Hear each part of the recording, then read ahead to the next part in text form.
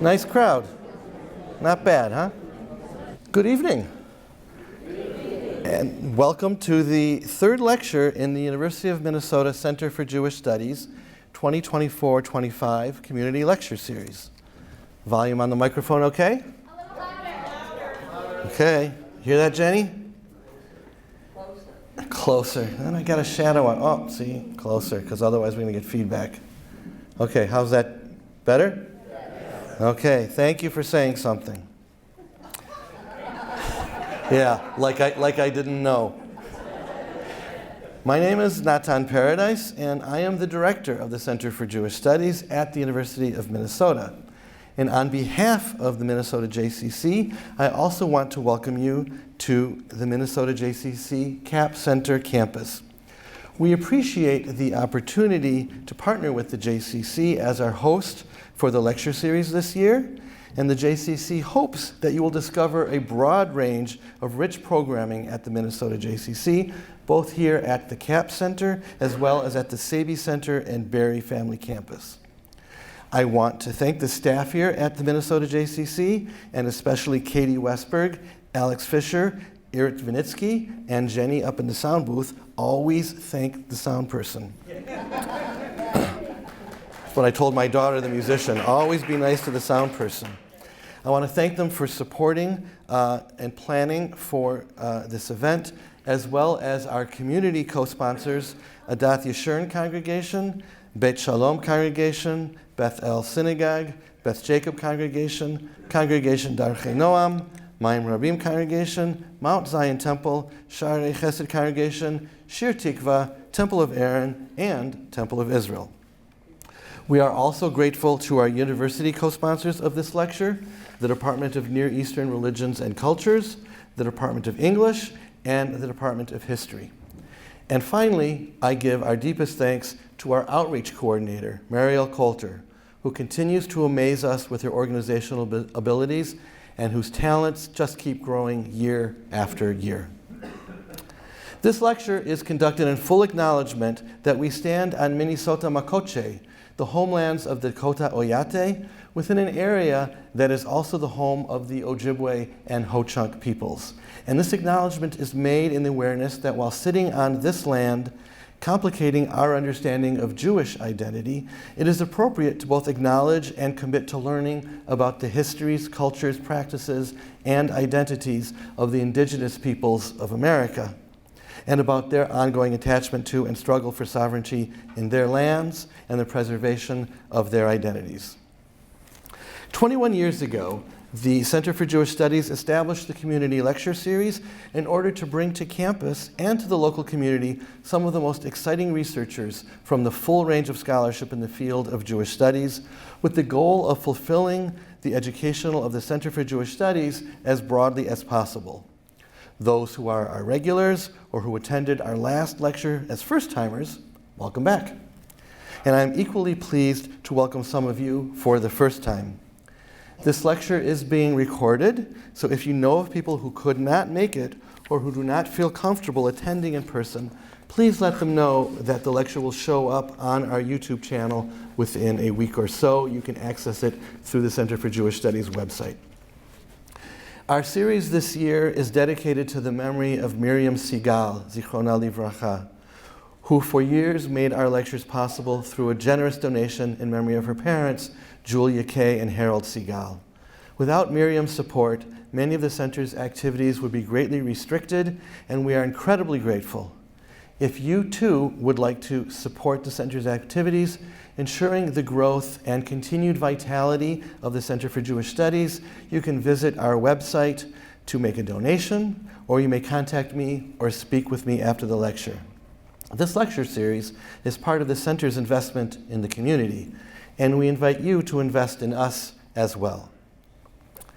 And it is now my mischievous pleasure to introduce you to our featured scholar for this evening, Dr. Natan Paradise, who currently directs the University of Minnesota Center for Jewish Studies.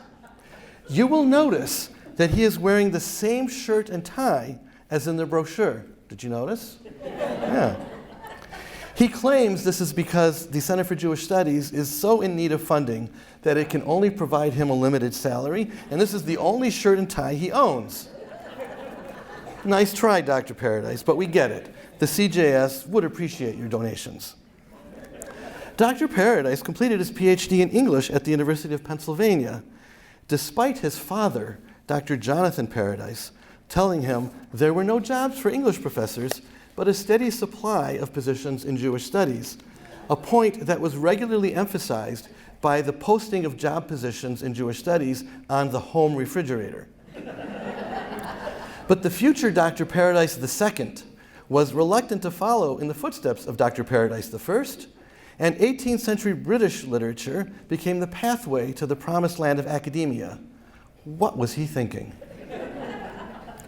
It turned out, though, that the rich Jewish education provided to him by his parents, Jonathan and Ruth,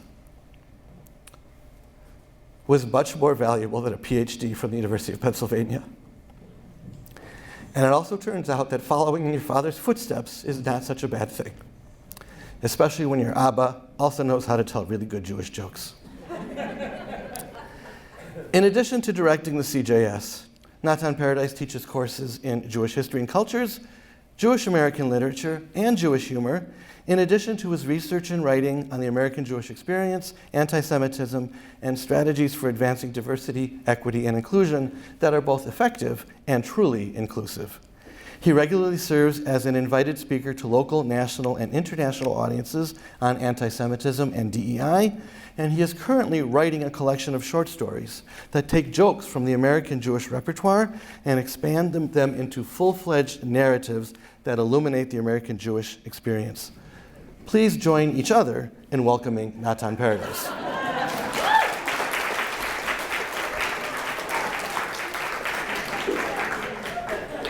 Thank you. Thank you, Dr. Paradise, for that kind introduction. And thank you to my parents.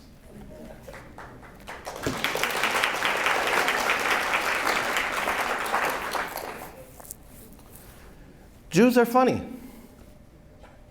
Okay, not all Jews are funny. And some Jews think they are funny, but decidedly not. I won't name names, and stop looking at your partner. But in general, it is the considered opinion of a good portion of the world that Jews are funny. Just try Googling, "Are Jews funny?" and see how many pages you get. Not that the rest of the world always thought that Jews were funny. Indeed, Thomas Carlyle had plenty of company in the 19th century in claiming that Jews had no sense of humor at all. This would be the Carlyle who in his early 20s began his lifelong struggle with dyspepsia, a fancy word for indigestion, so consider the source. Today, however, we frequently hear bandied about the statistic, first publicized in the 1978 Time magazine article, that in America, 80% of the comedians have been Jewish. And more recently, we have the statistic from the 2013 Pew study of American Jewish identity, where 42% of respondents said having a good sense of humor is essential to Jewish identity. And so it seemed that a community lecture season devoted to Jewish identity ought to have a lecture on Jewish humor. Also, it was my turn, and I teach a course on Jewish humor. To understand Jews' relationship to humor, it helps to first have a framework for understanding humor generally. There are 4 primary theories of humor, of which I will mention 3. The first is the superiority theory. The superiority theory goes back to Plato and Aristotle and suggests that all humor derives from the misfortune of others, and therefore asserts our own relative superiority. It is, in other words, a theory of humor that posits winners and losers. Tricksters and practical jokes are easily accommodated by this theory. So also are racist jokes, anti-Semitic jokes, and sexist jokes. This kind of humor creates bonds between the in-group, reinforcing their sense of power, and serves to define the characteristics of the other. And it thereby defines, by opposition, the characteristics of the in-group. We know who we are because we are not them. Note, however, that superiority jokes can be co-opted by the target group and turned against those who usually do the telling. Jews are really good at this. Unfortunately, we've had a lot of practice. So a Jew is sitting on a train, snacking on a bag of dried smoked herring. A Russian soldier gets on the train and sits opposite him.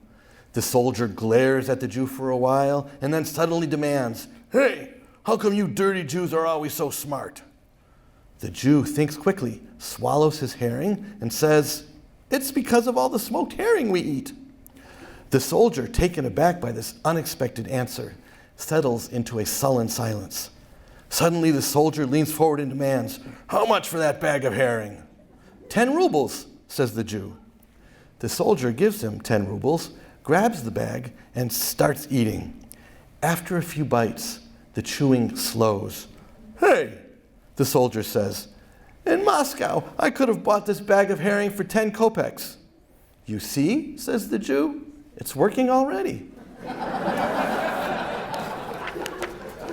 The second theory is known as relief-release. I couldn't resist. The most notable proponent of the relief-release theory was Freud, that Jewish guy, who related it to his theory of unconscious desire, especially when it comes to aggression or sex. The theory has since been expanded to all taboos, including scatological humor and breaches in decorum, especially obscenity. According to this theory, humor occurs as a release of tension that accompanies the humorous engagement with aggression or taboo matters. Later proponents of this theory don't put it in Freudian terms, but simply acknowledge that there are things in life that are stressful, and humor is a way to relieve that stress. We know that when people are nervous or scared, definitely manifestations of psychological tension, and anti-Semitism has given Jews a lot of practice being nervous or scared, they often laugh, especially once the danger or psychic threat has passed. The relief-release theory helps explain this kind of humor by Shachak Shapira, performed not long after October 7th. Such. You know how many people have been called me a white supremacist in the last days? A quarter of my family was white during the Holocaust. People were like, "Shut up, you colonizer, white supremacist." A person from France called me a colonizer. People are like, "Go back to your own country." What, to Israel? That's the opposite of what you want. What do you want to do? Go back to where your parents are from. They were born in Israel. Well, go back to where your grandma is from. Iraq? I'm not going to Iraq. I am not fucking going to Iraq.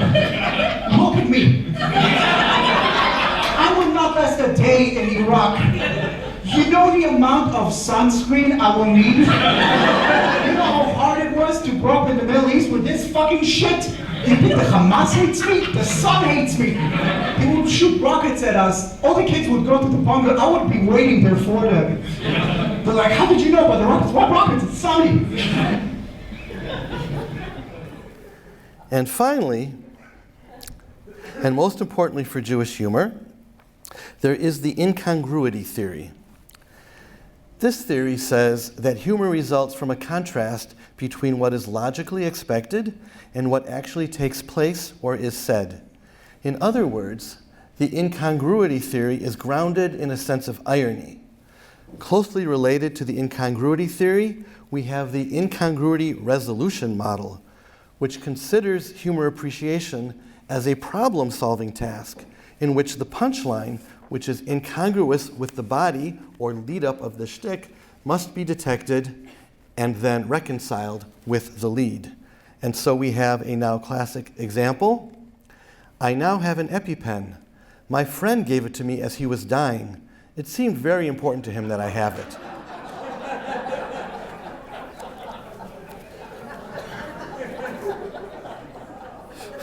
All right, you got to work through it.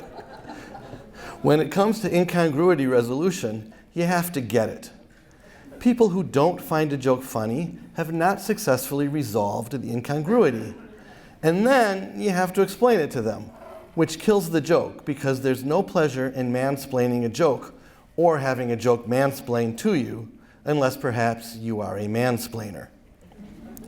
Another example. A rabbi and a minister were sitting together in first class on a plane. Because the flight was not full, the airline had offered them free upgrades out of respect for their position. As the two were chatting, the flight attendant came up to them and asked, "Would you care for a cocktail?" "Sure," said the rabbi. "I'll have a Manhattan." "Fine, sir," said the flight attendant. "And you, Reverend?" "Young lady," he said, shaking his head in disapproval, "were I to indulge in strong drink, I might just as well commit fornication." "Oh, miss," said the rabbi, "as long as there's a choice, I'll have what he's having."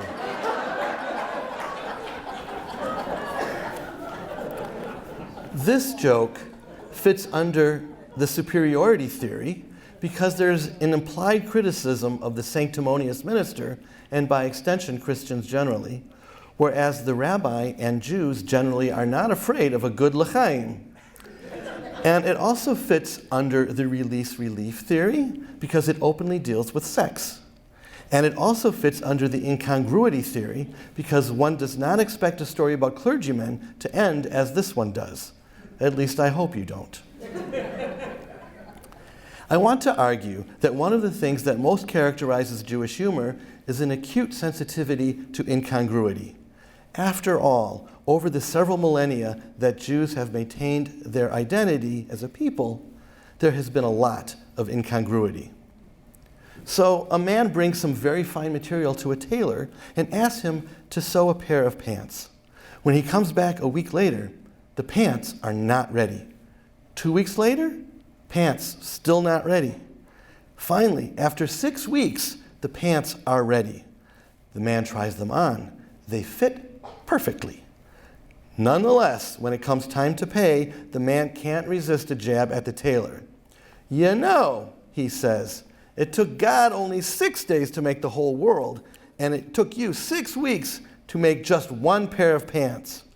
"Ah," said the tailor, "but look at this pair of pants and look at the world." It instantly makes sense that a people who have suffered so much for so long, while at the same time understanding themselves as having been chosen by God, an incongruous situation, if ever there was one, would have a lot of material for comedy. This dynamic Shalom Aleichem understood very well, and it is at the heart of Tevye's character.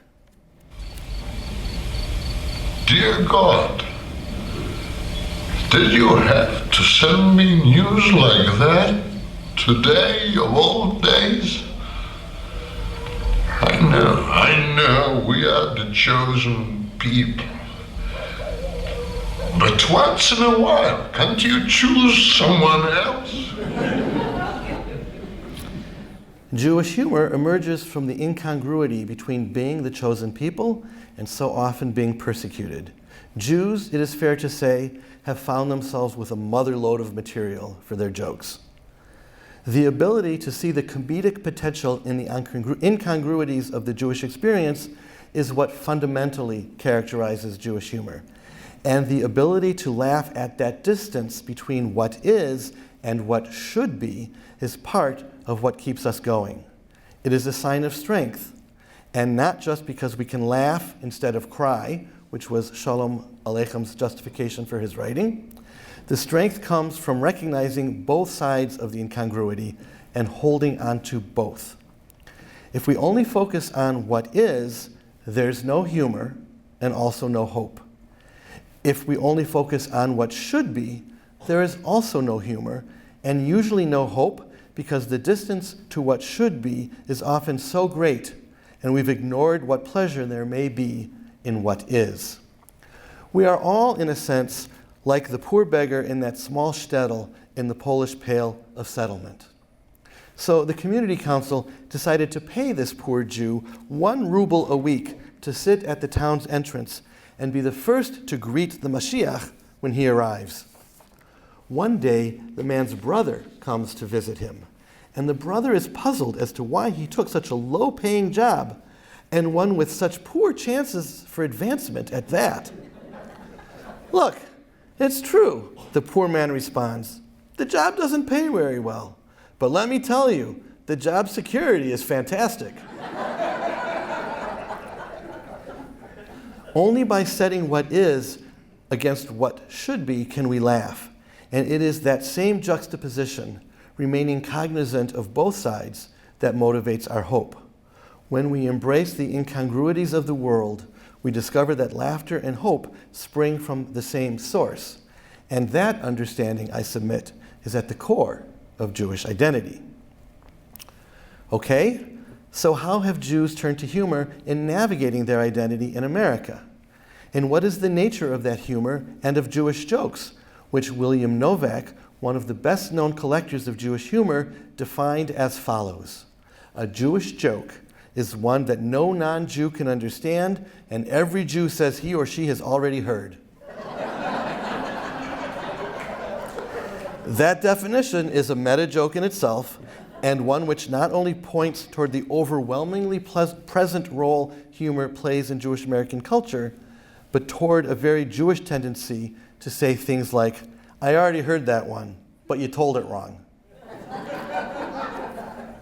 When Jews from the shtetls arrived in America, that land that they had been told was die Goldene Medina, they found the established stereotypes already waiting for them, their identity seemingly determined by the entertainment industry of the time.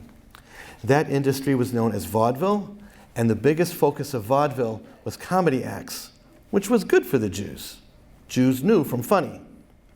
Vaudeville, like all of America, was acutely conscious of race and ethnicity, but Jews could squeeze through the door, especially if they were willing to make fun of themselves. Again, something Jews are really good at.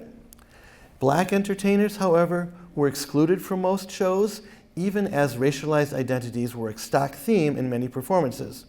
Rather than have black performers representing their own experience, or more typically, a grotesque parody of that experience, vaudeville relied instead on white performers in blackface, recreating the stereotyped songs and sketches from the earlier minstrel show tradition. And parallel to the minstrel show's mockery of black Americans, American entertainment in the 19th century also developed a tradition of ethnic humor, also based on racial and ethnic stereotypes, with Irish, German, and Scottish immigrants serving as primary targets, eventually joined by the Jews as their numbers swelled after 1880.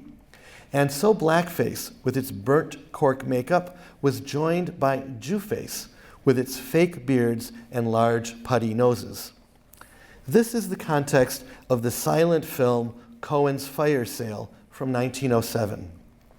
The decidedly not Jewish filmmaker Edwin S. Porter, most famous for what is probably the most important early film in America, The Great Train Robbery, was the creator. The physical representation of Cohen in this film is straight out of the vaudeville playbook. The premise is that Cohen, a shopkeeper, loses a large shipment of hats. In order to extricate himself from the financial crisis precipitated by this loss, he burns down his own business to collect on the insurance, and then he holds a fire sale to profit from his remaining stock. We'll watch just a bit from the very end, but you'll get the idea. And I remind you, this is a silent film.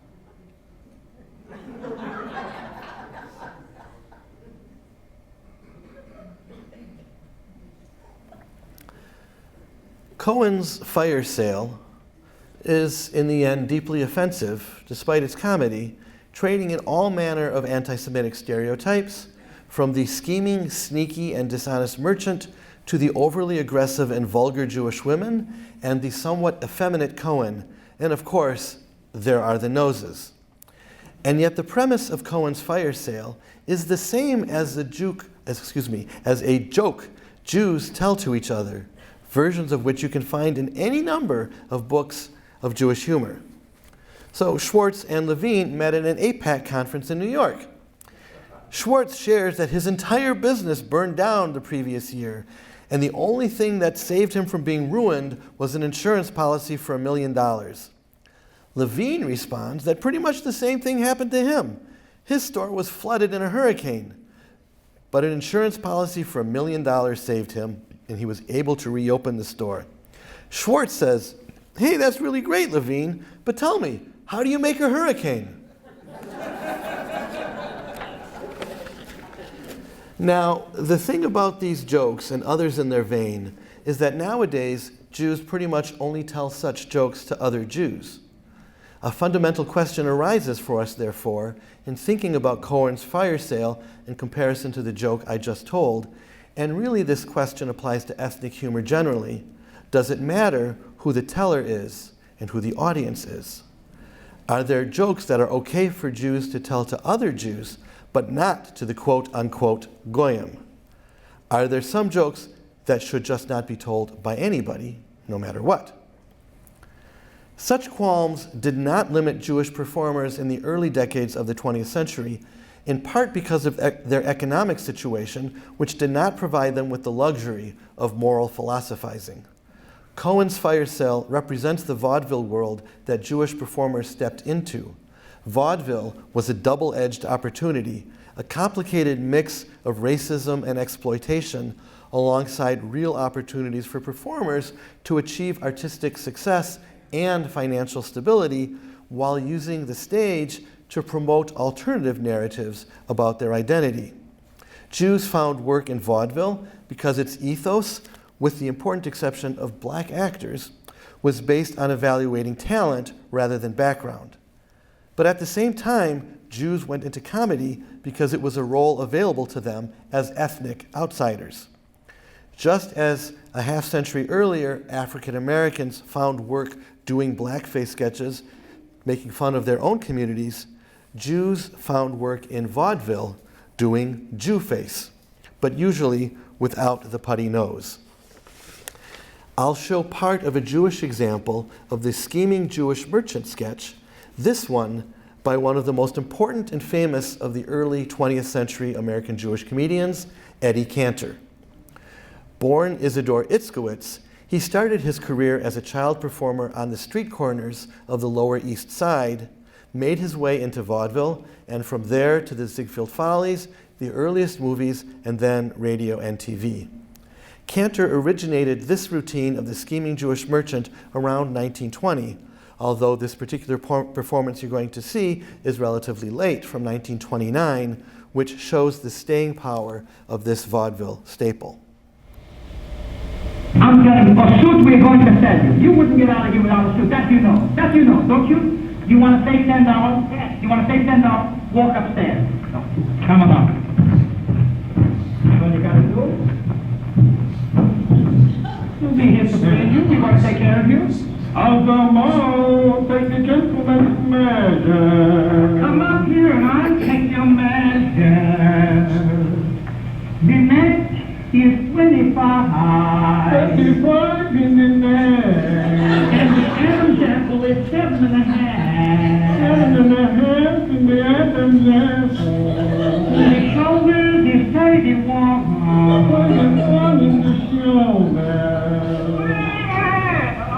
What do you think? Get up there. Get up there. What are you thinking? Come on.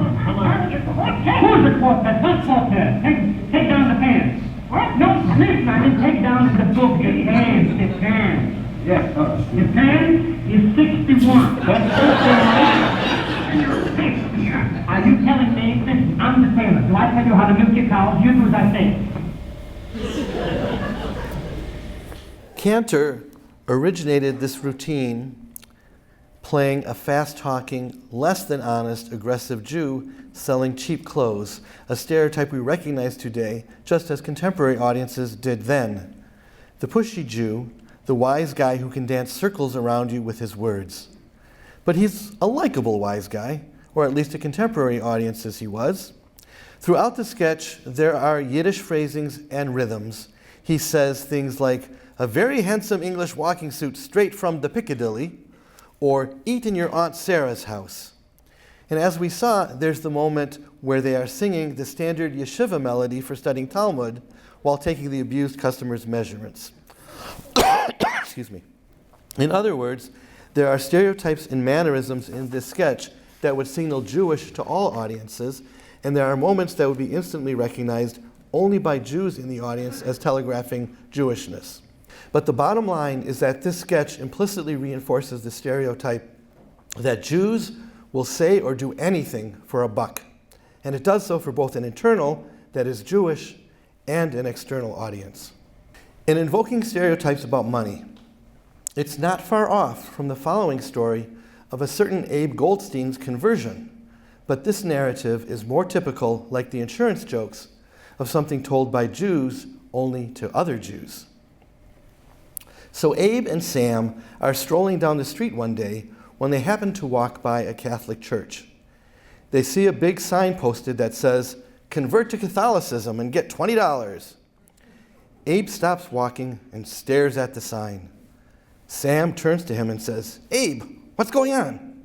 "Sam," replies Abe, "I'm thinking of doing it." Sam says, "What, are you crazy?" Abe thinks for a minute and says, "Sam, I'm going to do it." With that, Abe strides purposely into the church and comes out 20 minutes later with his head bowed. "So," asks Sam, "did you get your $20?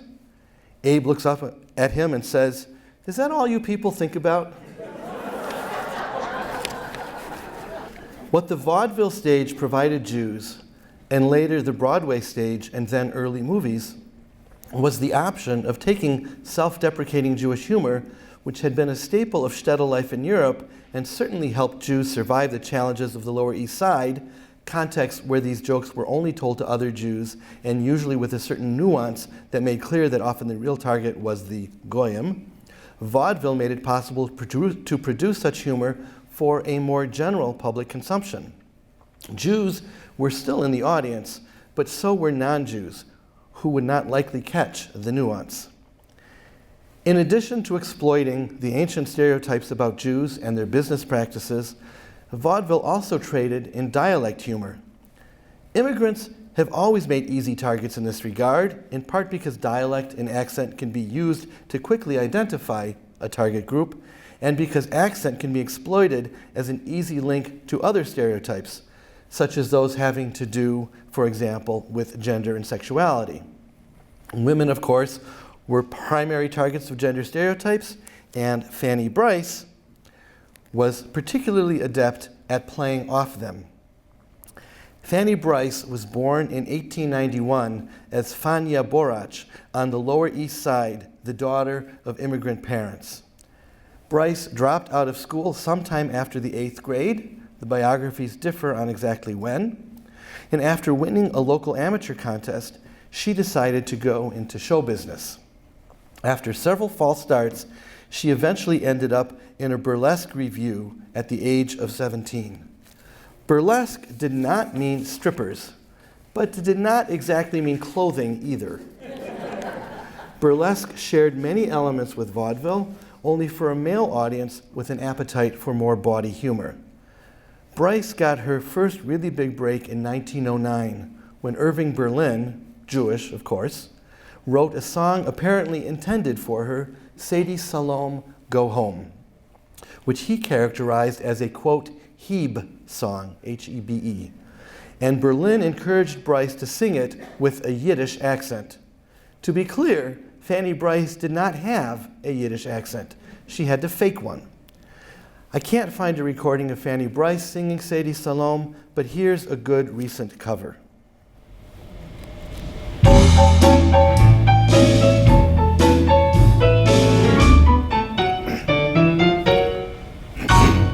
Sadie Cohn left her happy home to become an actress lady. On the stage she soon became the rage as the only real Salome baby. When she came to town, her sweetheart Mose brought for her around a pretty rose, but he got an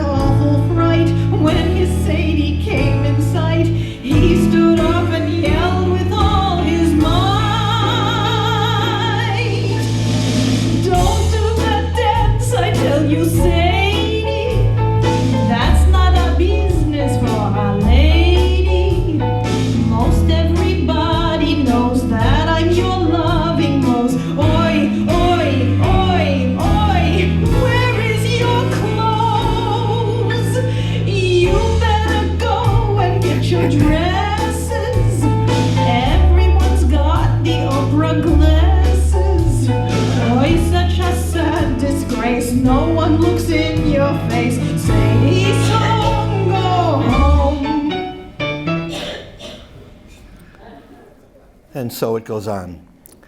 Sadie Salome was a huge hit. You can imagine a sufficiently curvy Bryce shaking it through such a number, and it established for Fanny Bryce a persona as a Yiddish girl performing with broad physical humor and just enough open bodiness from the burlesque world. It is also rather shocking that Berlin and Bryce should have done this number when you think about it. To the Christian audience, Sadie Salome would be read as Sadie Salome, invoking the gospel story of Salome, who, as a reward for her dancing, asked Herod to deliver the head of John the Baptist on a platter. In Christian iconography, Salome is the personification of the lascivious Jewish woman, the temptress who lures men away from salvation. That would have been the context for the non-Jewish audience watching Fanny Bryce dancing and singing through this Heb song. The Jews in the audience, meanwhile, would have heard Sadie Salome as near to Sadie Shalom, go home. And the background resonating for the Jewish audience would have been the rather serious social context in which significant numbers of vulnerable Jewish women were being swept up into the sex trade during this period of mass immigration. Non-Jews would have known of this context as well. The white slave trade, as it was known, and the significant presence of Jewish women and also Jewish pimps in the trade was very much in the news at this time. Here's Bryce singing another song, Oi, How I Hate That Fellow Nathan, in 1921. The audio on this one is a bit challenging, but you'll get the gist of it.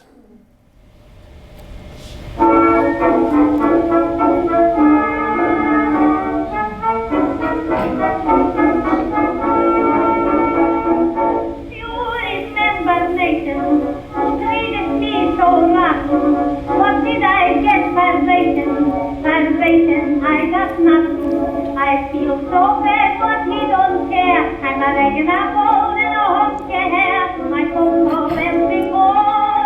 They say how fool I was. When I am Nathan, then they're going to bed. He tells me he can't think that far ahead. Boy, how I hate that fella Nathan. Boy, how he used to keep me waiting. He always used to say, I'll marry you and you, my dear. He told me the month, but he didn't say what year. Oh, I'll join him for greater promise, but I don't remember what he promised to do. For my engagement, he gave me a stone that I should wear. He said it's not a diamond, but you know their thought is there. Boy, how I hate that fella Nathan. What makes me love him the way I do? Although this song is comic, there are several very real and serious threads running through this one as well. Bryce is here navigating a complicated line between Jewface, singing in her fake Yiddish accent while invoking stereotypes, while also openly representing lived Jewish experience, and especially a Jewish woman's experience. This song engages with the economic implications of marriage for both Jewish men and women. Almost all daughters of Jewish immigrants from Eastern Europe worked, but they made only 60 cents on the dollar compared to their brothers, and much of their earnings went to support their parents and siblings, even as they also had responsibilities helping their mothers with domestic chores. So for young women, marriage and attachment to a man's wage-earning capabilities was critical for both economic stability and a modicum of independence. For Jewish men, on the other hand, earning more but still not earning a lot, there was tremendous pressure to reinvest their earnings in their careers, especially if they hoped to own a business, which many did. A wife and children would be a drain on the finances, even if they married a balabusta, until the children were teenagers and began working themselves. And so in this song, we have the Jewish woman anxiously waiting for Nathan, the traveling salesman without sufficient resources to marry her, while his lack of money is woven throughout the song. Even as Jews were doing Jewface, some Jewish performers also performed in blackface, including Eddie Cantor and most famously Al Jolson of the jazz singer fame. Both performed in blackface as part of their adoption of vaudeville conventions and to signal, according to those conventions, that they were singers or comedians as opposed to other kinds of performers. I don't emphasize the conventional nature of it to defend blackface, a practice which I think can be placed in its historical and theatrical context, but cannot be defended. Other Jewish performers also used blackface, like the incredibly important and successful Sophie Tucker, who first put on blackface because her manager said she was, quote, too big and ugly to sing as a white woman. Jews wearing blackface was an incredibly complicated dynamic. Remember, blackface was generally worn by whites pretending to be black. So paradoxically, appearing in blackface was, in terms of stage conventions, a means of signaling that you were white. And Jews were not white in the early 20th century, at least not fully or consistently so, and I would argue the same is true today.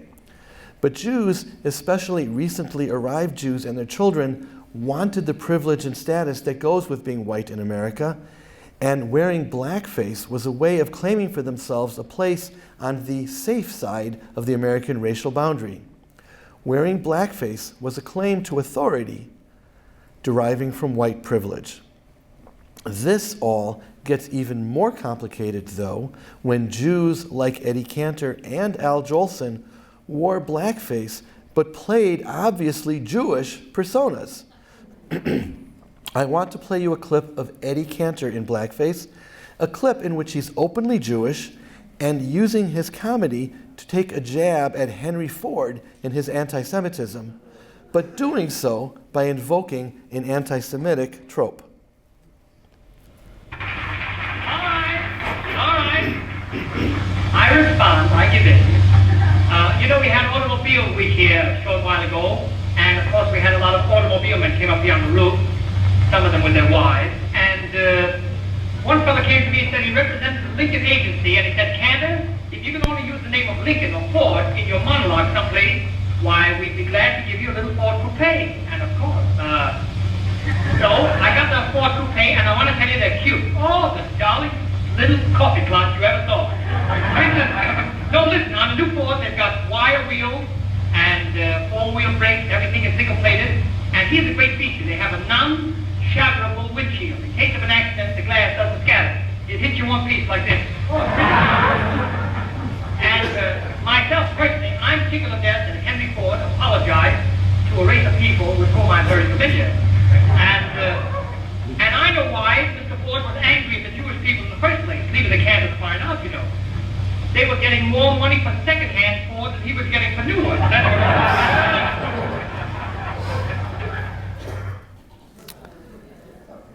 What we see in early Jewish American comedy is an attempt to find a balance between being explicitly Jewish and speaking to Jewish audiences in ways that represent their lived experience, set against the need to appeal to a broader American audience and its hunger for ethnic humor.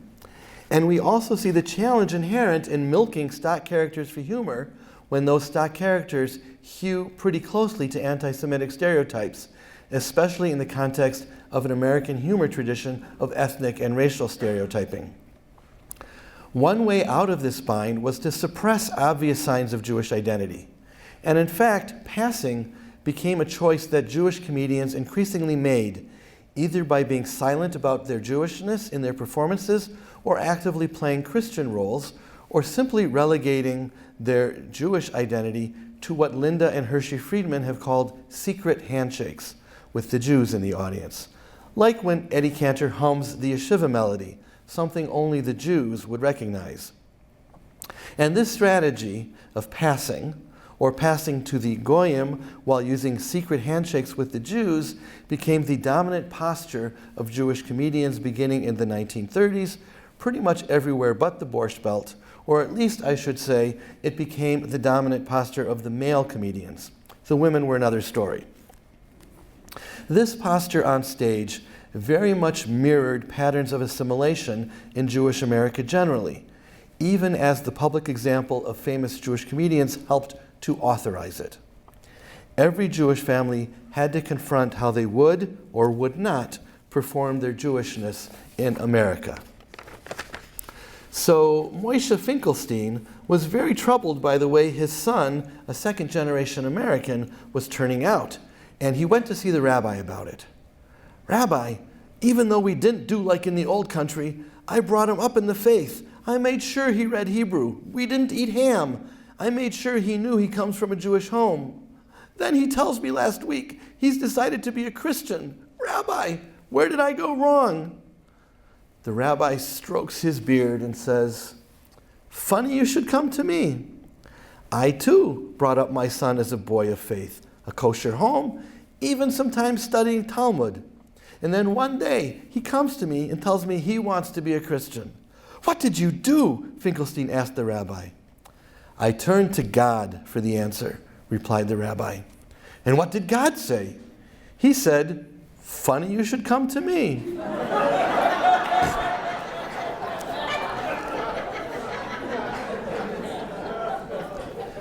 Of course, passing was not always a successful or even a possible strategy, and sometimes Jews couldn't resist pushing back on the pressure on stage and off.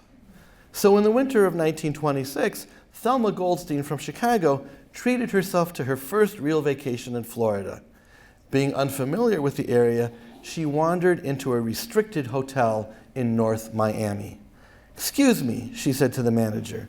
"My name is Mrs. Goldstein, and I'd like a small room for 2 weeks." "I'm awfully sorry," he replied, "but all of our rooms are occupied." Just as he said that, a man came down and checked out. "What luck," said Mrs. Goldstein. "Now there's a room." "Not so fast, madam. I'm sorry, but this hotel is restricted. No Jews allowed." "Jewish? Who's Jewish? I happen to be Catholic." "I find that hard to believe. Let me ask you, who was the Son of God?" "Jesus, son of Mary." "Where was he born?" "In a stable." "And why was he born in a stable?" "Because a schmuck like you wouldn't let a Jew rent a room in his hotel."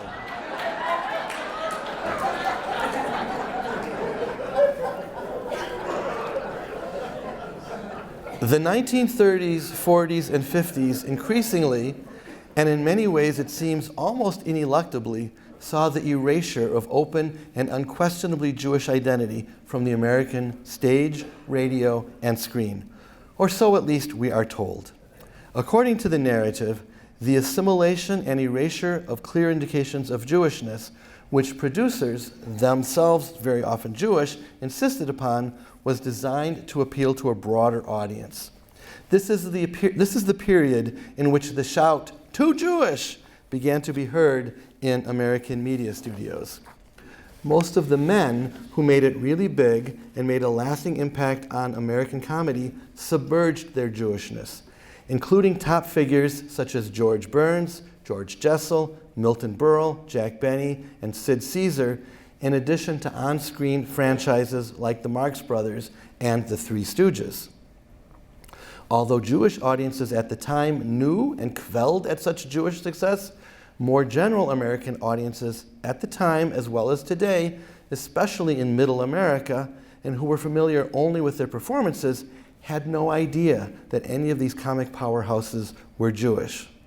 And I imagine some of you in the audience are whispering to the person next to you, "Wait, the Three Stooges were Jewish?" George Burns, born Nathan Birnbaum, didn't really find success until he paired up with the very not Jewish Gracie Allen, whom he married in 1926. Jewish audiences really struggled with the Burns and Allen intermarriage as much as they enjoyed the comedy and enjoyed seeing yet another Jew become successful and famous. But Burns and Allen could not have been a more visible reminder on stage of the abandonments of traditional Jewish life that the American Jewish community was heading for, and that was made all the more clear when Burns and Allen adopted 2 children and agreed to raise them as Catholic. These successful comedians provided an assimilation model based on a contract offered by American culture. Jewish comedians, more specifically male comedians, could hope to be accepted so long as their humor was or seemed to be universally applicable, and if not universally applicable, at least applicable in broad brushstrokes to the overall narrative of the American immigrant experience. Expressions of Jewishness were relegated to the occasional small winks to the Jews in the crowd via secret handshakes that only Jewish audiences in the know would pick up on and be reassured that they were still being represented. This message in the media, combined with the anti-Semitism of the era, made the Jews of that generation uncertain as to the public appropriateness of their own identity. It fell to the women comedians to preserve the Jewish persona in front of audiences, and preserve it they did. Gertrude Berg, of course, is the easiest example at hand in the persona of Molly Goldberg on radio and then on TV, although if I had whirled enough in time, I would argue that she is the least compelling and most assimilationist of the women. Fanny Brice, on the other hand, had very little of the assimilationist about her, even if she did get a nose job in an attempt to broaden her appeal, and about which Dorothy Parker, a daughter of the Rothschild family, said Brice, quote, cut off her nose to spite her race. Brice, in her hugely successful role in the late 1930s as Baby Snooks, she liked to call it Baby Schnooks, also cut out the Yiddish accent and submerged her Jewishness, but in her 1946 performance in a Ziegfeld Follies production, the accent and the Jewish persona are decidedly back. In the 1946 sketch, whose premise is that Brice has won the sweepstakes, but unknowingly gave the winning ticket to the landlord in order to fend off demands for rent, in this sketch, Brice flirts with stereotypes: Jews and money, a domineering wife, and a schlemiel of a husband, but places them in American context broadly recognizable. How many Americans still recovering from the Depression and a world war did not dream of winning the sweepstakes? And how many Americans could relate to troubles with their landlord? In this sketch and others like it, Brice takes obviously Jewish characters and normalizes them within the broader American experience, such that the experience of this Jewish family becomes representative of the experience of American families. If you only focus on the Jewish, it seems arguably anti-Semitic. But I actually think a large part of the audience would have identified with this sketch and its characters rather than seeing them as other. Brice is part of a pattern in which the Jewish male comedians were also engaging in, whereby this tiny minority in America, the Jews, on stage and film and radio, is using its American experience to speak for the experience of others in America. But unlike the men, Brice does it while foregrounding her Jewishness. Sophie Tucker never put on a fake Yiddish accent, and she never hid her Jewishness in this period during which so many of the men were working to hide it.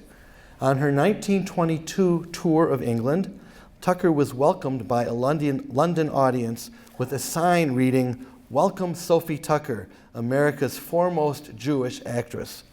And Tucker later said, "I was prouder of that than of anything." That open pride remained with her throughout her career.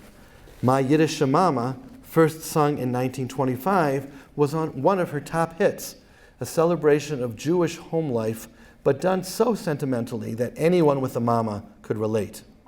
It was not, though, Jewish songs of hearth and home that made her career, but rather a lustful raciness that characterized most of her performances. Many of her numbers balance between assertiveness and an awareness of the precarity of women's lives in a patriarchal society, something all women, of course, would have recognized, but she typically achieves this balance within a specifically Jewish frame.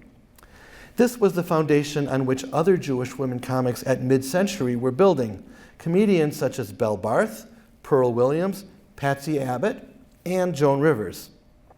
Barth, Williams, and Abbott all preceded Rivers and were all popular with a broad American audience. Barth made 11 albums which sold over 2 million copies. Barth, Williams, and Abbott all used Yiddish dialect humor, all acknowledged non-conforming bodies and played that for humor, All flaunted their sexuality and spoke openly of desire, and all used stereotypes against Jews as a source of humor, and especially stereotypes directed against Jewish women. Thus, Barth jokes to the non-Jews in her audience who are struggling to keep up with her patter. There are only 2 words you have to know in the Yiddish language, and that's gelt and schmuck. Because if a man has no gelt, he is. All 3 were also willing to directly name and call out anti-Semitism, especially Belle Barth, a rarity in the performances of the male Jewish American comedians. Miami Beach, for example, where these women all performed, was famous for hotels that excluded Jews, many having signs such as, "Always a view, never a Jew." And so Barth jokes. Did you hear this story? The Jewish guy went up to the clerk in the kennel white and he says, "You got a room?" The guy says, "You, it'll cost $100 a day." The guy says, "I don't mind what you charge. You ain't got a stable for my horse?" The guy says, "That'll cost you $100 a day too." The guy looks at the clerk, he says, "Look, I don't mind you robbing me, but my horse ain't Jewish."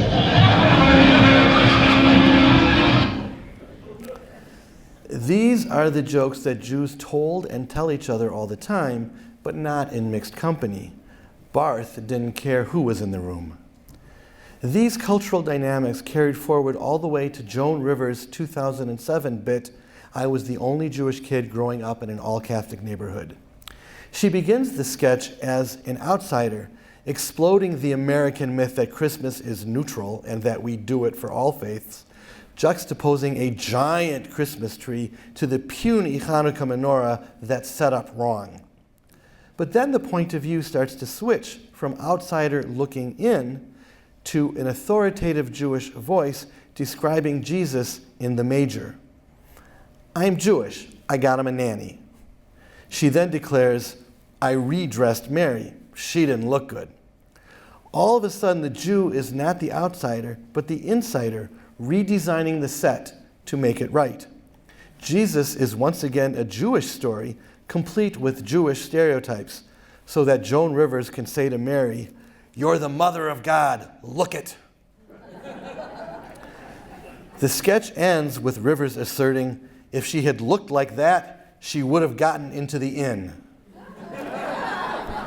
All of a sudden, the story of American Christians excluding Jews from hotels has been evoked, and Christian America has become Jewish America.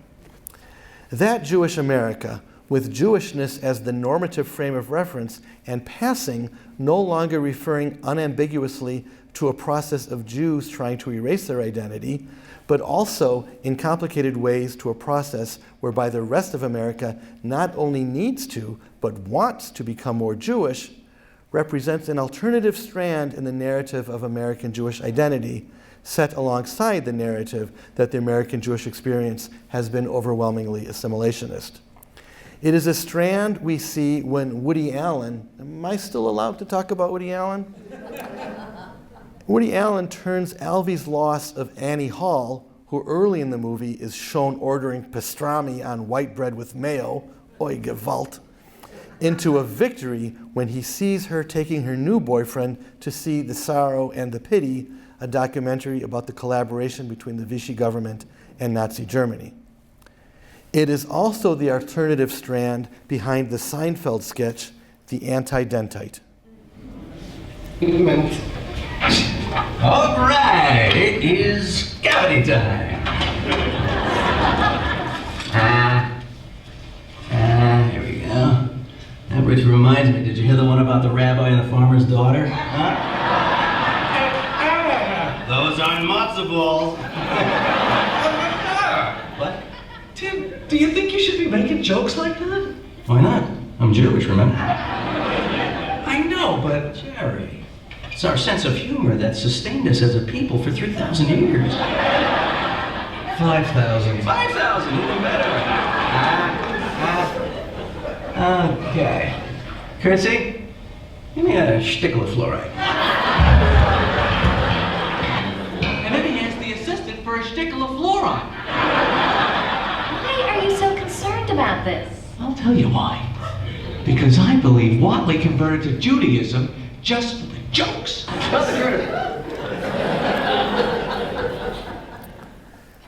And then there is the ultimate reverse passing scene in Larry David's Curb Your Enthusiasm. Hey, look who's here! Hello, Berg. How you feeling? I'm feeling okay. So, Berg, I was talking to Cheryl, and she told me that a friend of hers went to high school with you. Really? Yes. I believe the name of the high school was St. Christopher. St. Christopher's, that's correct. That is my alma mater, yes. Didn't know that they took Jews at St. Christopher's. Oh, well, they don't. I mean, why would they, you know? Oh, I'm not Jewish. Oh, you're not. Did you think I was Jewish?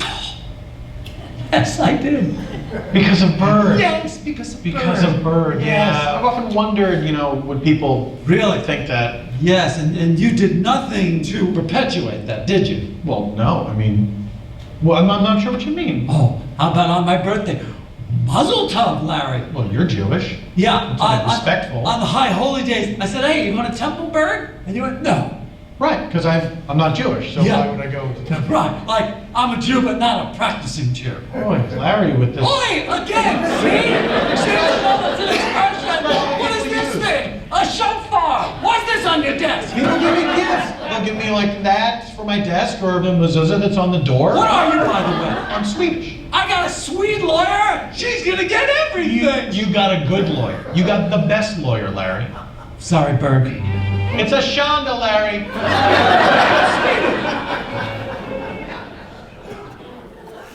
I got sweeted. He says. In this abbreviated survey of Jewish American humor, I have first taken you to a time in which Jewish comedians had no choice but to acknowledge their identity if they wanted to have any voice at all, but it was an identity that was defined for them by outsiders that had to be reshaped, repurposed, and expressed on their own terms.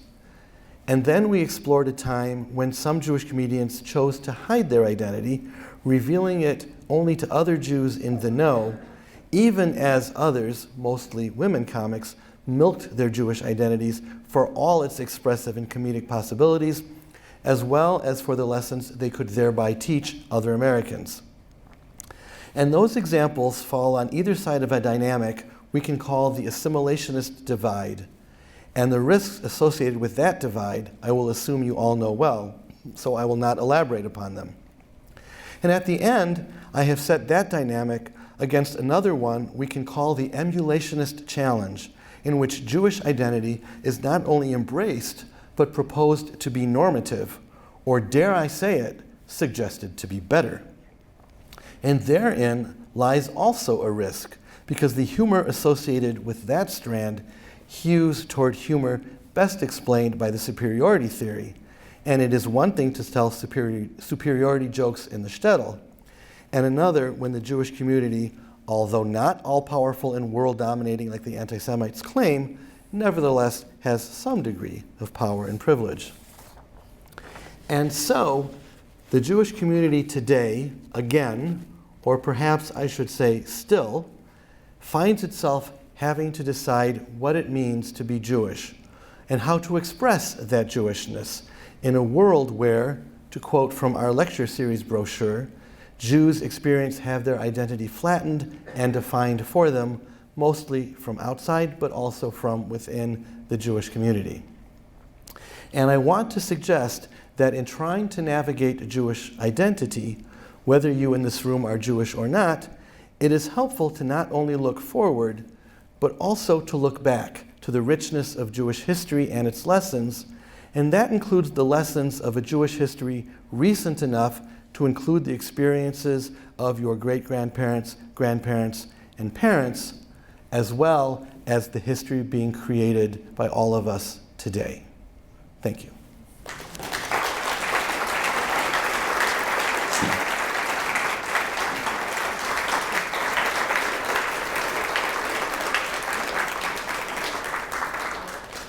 Okay, so what do you think, Dr. Paradise? Do we have time for questions? Why, yes, we do. because I cut 10 minutes out of my talk. Questions? Yeah. What's the fourth theory? The fourth theory is called the benign violation theory. And you can find a really good video clip explaining the benign violation theory online. There's a 10-minute version and there's a 50-minute version, so it depends how much time you have. Basically, the benign violation theory says that for things to be funny, they have to simultaneously be benign, not actually a threat to you, but also involve some kind of violation. And if both of those things are true, it's funny. If things are actually threatening to you, then the violation isn't funny. If it's not a violation, if it's just normal, it's also not funny. The advantage of the benign violation theory is that it helps explain why things might be funny to you, but not to the person sitting next to you. It might hit too close to home for her to be funny. Other questions? Yeah.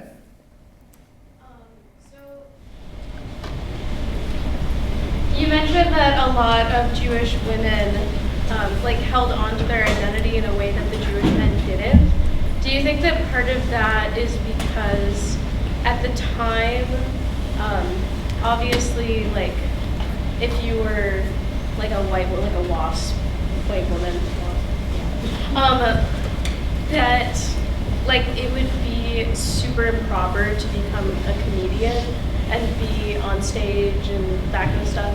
And so their otherness gave them a pass to have that life on stage, and also to drop the guard of the audience that would otherwise be scandalized by a woman because it wasn't a threat to their identity. So it does make sense, and you know it makes sense because you took my class. I'll send you your money later. Thanks, Katie. Why, yes. So, yeah, you remember. So the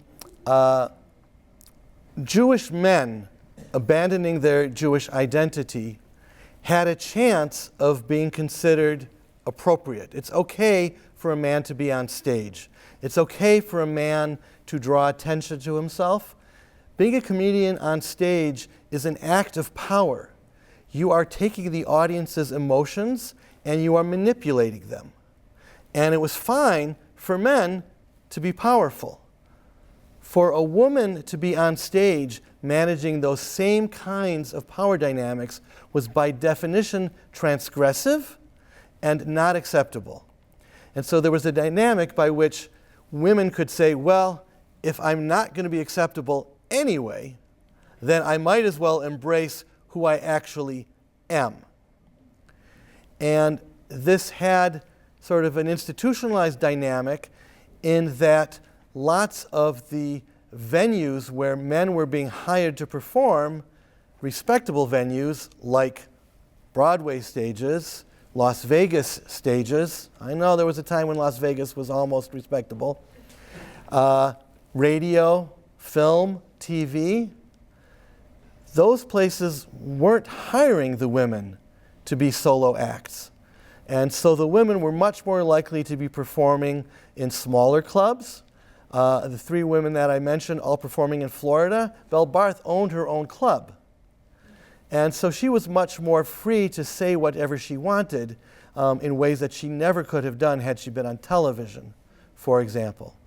So there was a certain liberation in not being acceptable because you could then become all the more powerful saying what you really felt.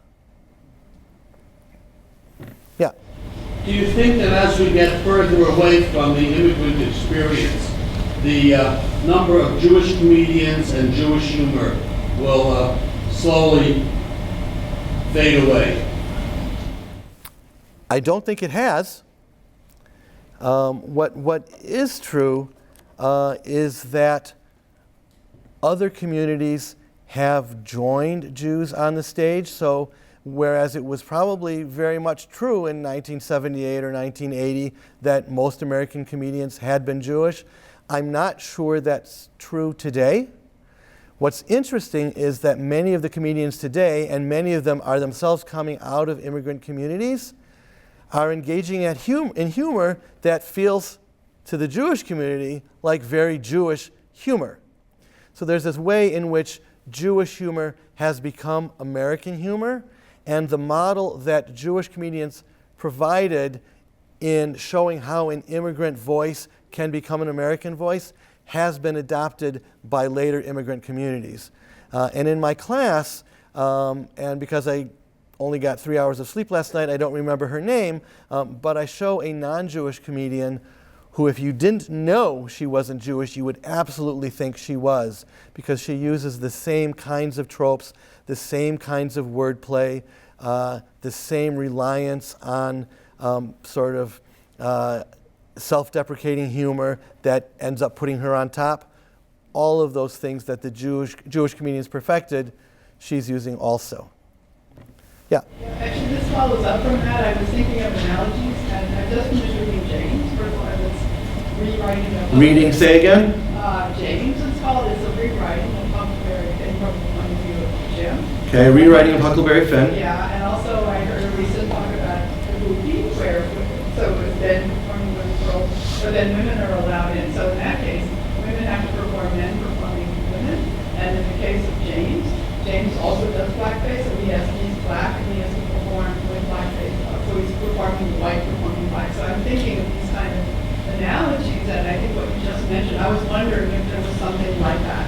In other words, a white Jewish performer performing a white performing a Jew in that same way of you use Jewface and very much provokes that notion. So I was trying to think about that analogy, and I think the example you just gave maybe is something like that, where it becomes so, I'm just thinking out loud that there's a question there about what that triple kind of performance of performing. Right, so you're asking really about the meta of the meta of the meta of the comedy, right? And I think this ability of humor that the Jewish comedians exploited particularly well to play one cultural dynamic off against another in a way that was very subversive is really explained well by the incongruity theory. Because when you invoke a stereotype, you expect that stereotype to have a certain valence. And when the comedian then gives you something else instead that makes you question that original stereotype and put it in a different context, that's a power move. And it's a power move that, yes, when you do Jews doing blackface, the kabuki example that you used, women in general being on stage, all of these things are a power move that are an act of appropriation that say, okay, you're going to tell me who I am? Let me tell you who I am. And in telling you who I am, I'm also going to tell you who you are, and more than that, who you ought to be. Yeah? You mentioned the issue of jokes or humor that's appropriate among Jewish people.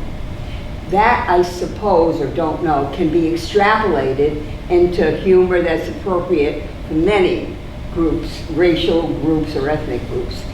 Where does that put the humor that one could have seen on All in the Family today, whether it's Jewish groups or any, where does that put that humor today? That's one question. The second question is, in your professional opinion. I'm a professional. Yeah, I mean, you're there, we may as well take advantage of it. Thank you. But in your professional opinion, was that ever groundbreaking or appropriate? Okay, those are, not surprisingly, coming from you, very good questions. Part of the challenge in humor is that standards change, right? So I remember watching All in the Family and thinking it was hilarious. I also remember watching lots of children's cartoons and thinking they were hilarious. And if I were to watch All in the Family now, I'm quite sure I would not find it funny. I would find much of it to be racist and inappropriate. I remember when my kids were little and I showed them some of my favorite cartoons that I found online from my childhood, and I was appalled because they were really racist. So standards change, and what's funny at one time is not funny at another time, but it's also the case that they might not have been funny at that time either. I often remind my students when I have them write response papers, and my poor students have to write a response paper for almost every class, so get ready. She's taking my class in the spring. Often students will say things about the very sexist humor in the clips that I'm showing them from the 1920s and 30s and 40s and 50s and 60s, and, right?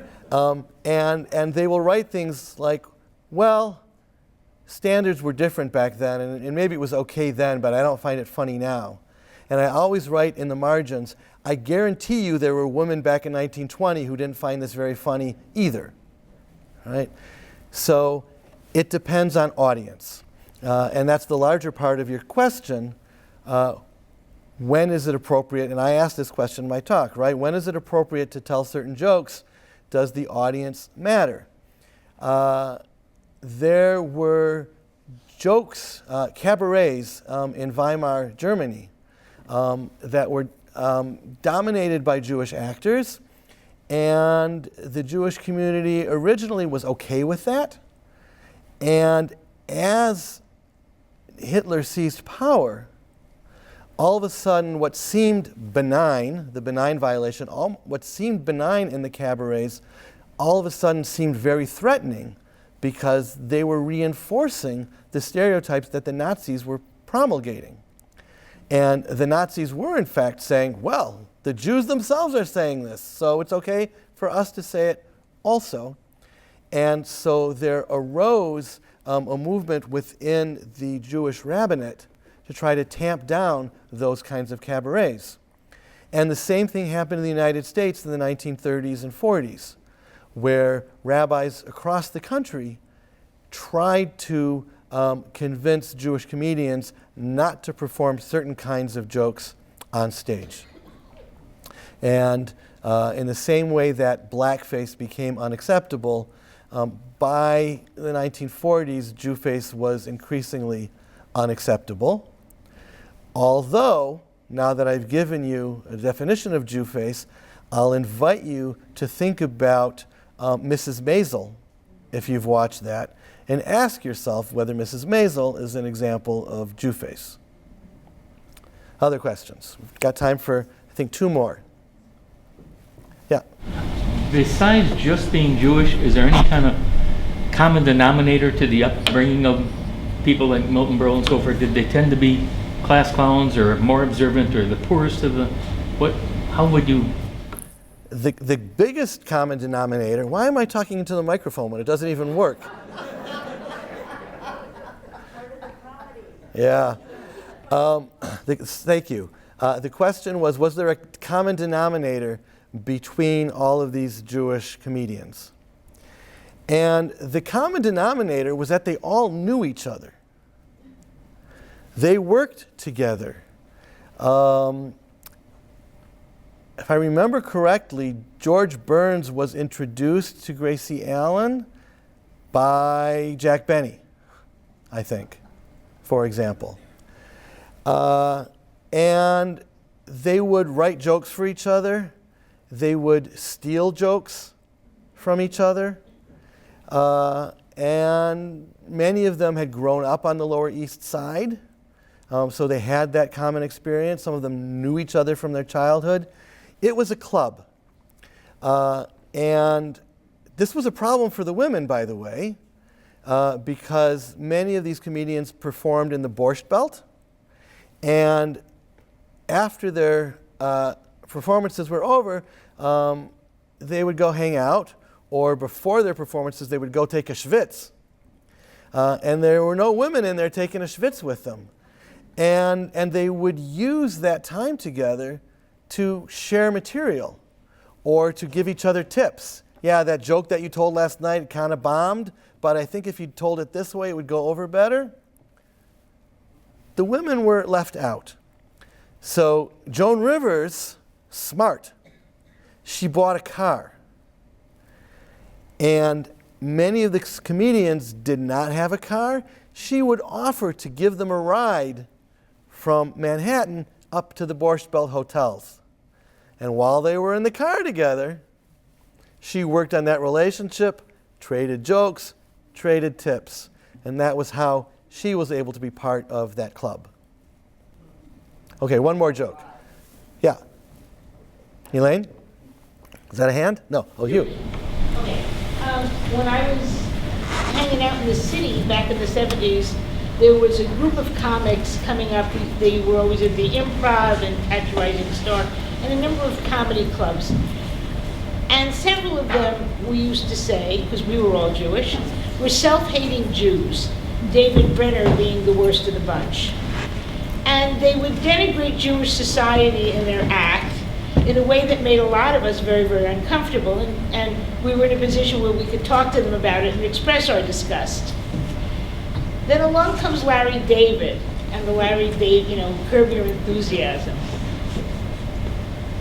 Do you see that there is a connection between that denigration and public perception of Jews? We saw it in the city, and for a while I thought maybe it had gone away, but it really hasn't. You see it again with Curb Your Enthusiasm, you see it with Mrs. Maisel, you see it with Nobody Wants That, especially with the women portrayed in Nobody Wants That. Do you see that as an up-and-coming trend in comedy? So the question then is, what do we do with self-deprecating Jewish humor? Well, because for some people, self-deprecating is funny, and for other people, self-deprecating is self-hating. And that's not always a clear line. So a lot like, who's the audience? So for that part of the Jewish community that wants to see Jewishness a particular way and wants to promote a particular kind of Jewishness, then self-deprecation is self-hating. That was the charge against the cabarets in Weimar Germany, that they were self-hating. But 20 years earlier than that, those same jokes were not. So it's a moving target. Larry David is an interesting example because Larry David is the ignorant Jew, right? He knows almost nothing about his own Jewishness. There's one episode in which he's at a restaurant at the ski lift. He is meeting with someone who is Orthodox, and Larry David lapses into this grunting language that is supposed to pass for Yiddish because he doesn't know anything, and every time the knowledgeable Jew across the table says something, Larry David has to respond with grunts and slapping his hand on the table and just kind of making noise and saying oi a lot. If that's what Jewishness is, then a lot of people would say we have a problem. But for a lot of people for whom their Jewishness is not anchored in Yiddishkeit, is not anchored in knowledge of Torah, is not anchored in the synagogue, but is anchored in their sense of identity, in their sense of Jewish culture. It might be connected to a relationship with Israel, which may or may not have actual knowledge about Israel attached to it.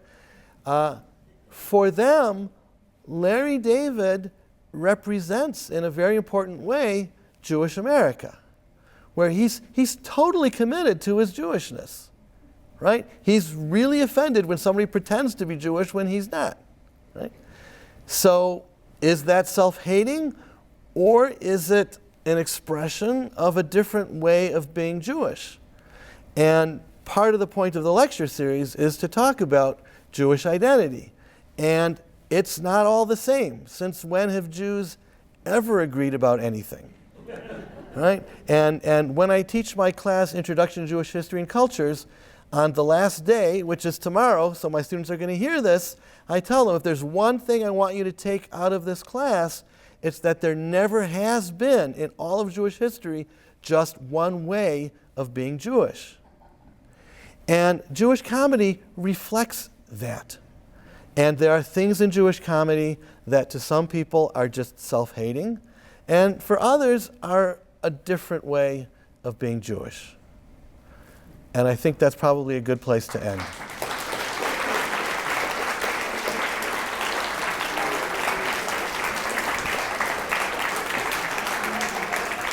So, I regret that we are out of time, and I invite you to come to our next lecture on Thursday, January 30th, here at the St. Paul Capp Center JCC. We will be hearing Samira Mehta speaking on Jews of Color, One Term and Many Communities. I hope to see you all then. Thank you.